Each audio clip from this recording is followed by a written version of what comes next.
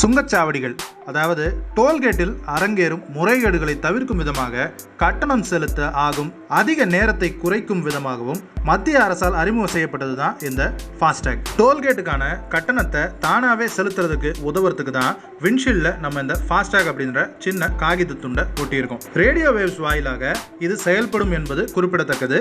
இந்த ஃபாஸ்டேக் பயன்பாட்டிற்கு வந்த பின்னர் டோல்கேட்டுகளில் எந்த விதமான முறைகேடும் ஏற்படாது, அதற்கு ஃபாஸ்டேக் எந்த வகையிலும் அனுமதிக்காது என அரசால் குறிப்பிடப்பட்டது.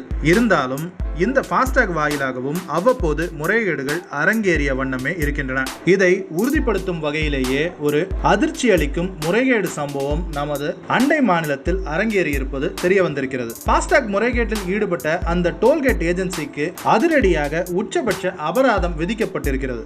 கர்நாடக மாநிலம் பெங்களூருவில் உள்ள காந்தி நகரைச் சேர்ந்தவர் சந்தோஷ்குமார். இவர் கடந்த 2020ஆம் ஆண்டு பிப்ரவரி 20 மற்றும் மே 16 ஆகிய தேதிகளில் சித்ரதுர்கா லிமிட்டில் இருக்கும் தேசிய நெடுஞ்சாலையில் காரில் பயணித்துள்ளார். இந்த பயணத்தின் போது டோலுக்கான கட்டணத்தை ஃபாஸ்டேக் வாயிலாக அவர் செலுத்தியிருக்கிறார். ஒவ்வொரு முறையும் ரூபாய் 40% அவரது ஃபாஸ்டேக் அக்கவுண்டில் இருந்து கழிக்கப்பட்டிருக்கிறது. ஆனால் அந்த டோலுக்கு அவரிடம் இருந்து ரூபாய் 35 மட்டுமே வசூல் செய்யப்பட்டிருக்க வேண்டும். மாறாக 2 முறை கூடுதலாக ரூபாய் 5 வசூல் செய்யப்பட்டிருக்கிறது. தன்னுடைய ஃபாஸ்டேக் அக்கவுண்டை சரிபார்த்த போதே சந்தோஷுக்கு தான் ஏமாற்றப்பட்டிருப்பது தெரிய வந்திருக்கிறது. இதனால் அதிர்ச்சியுற்ற அவர் 5 ரூபாயை கூடுதலாக வசூல் செய்த டோல் பிளாசா பற்றிய புகாரை இந்திய தேசிய நெடுஞ்சாலை ஆணையத்திடம் புகாராக முன்வைத்தார். ஆணையத்தின் முக்கிய அதிகாரிகளையும் இது குறித்து அவர் நாடியிருக்கிறார். ஆனால் ப்ராஜெக்ட் மேனேஜர் மற்றும் ஆணையத்தின் முக்கிய அதிகாரி என இருவரும் உரிய விளக்கம் அளிக்க தவறிவிட்டனர். மேலும் 35 ரூபாய் மட்டுமே வசூலிக்க வேண்டிய டோல்கேட்டில் அதிகமாக வசூல் செய்யப்படும் கட்டணத்தை குறைக்கவும் அவர்கள் எந்தவித நடவடிக்கையும் எடுக்கவில்லை.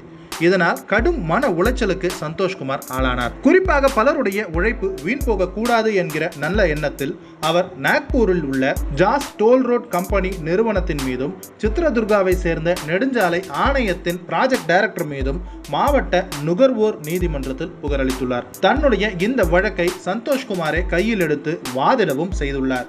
இந்த நிலையிலேயே அவர் தன்னுடைய வழக்கில் வெற்றி பெற்றிருப்பதாக தகவல்கள் வெளியாகியுள்ளன.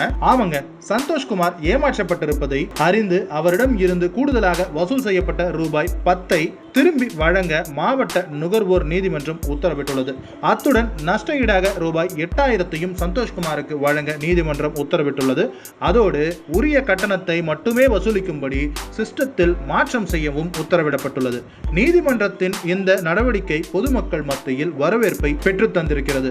இதே போல அதிக கட்டண வசூலில் ஈடுபடும் அனைத்து டோல் பிளாசாக்கள் மீதும் கடுமையான நடவடிக்கை எடுக்க வேண்டும் என கோரிக்கைகள் எழும்பியிருக்கின்றன. டோல் பிளாசாக்களில் நிலவும் அதிக வாகன நெரிசலை குறைக்கும் பொருட்டே ஃபாஸ்டேக் திட்டம் அறிமுகம் செய்யப்பட்டது. ஆனால் இது பயன்பாட்டிற்கு வந்த பின்னரும் பல சுங்கச்சாவடிகளில் வாகன நெரிசல் மிகுந்து காணப்படுகிறது.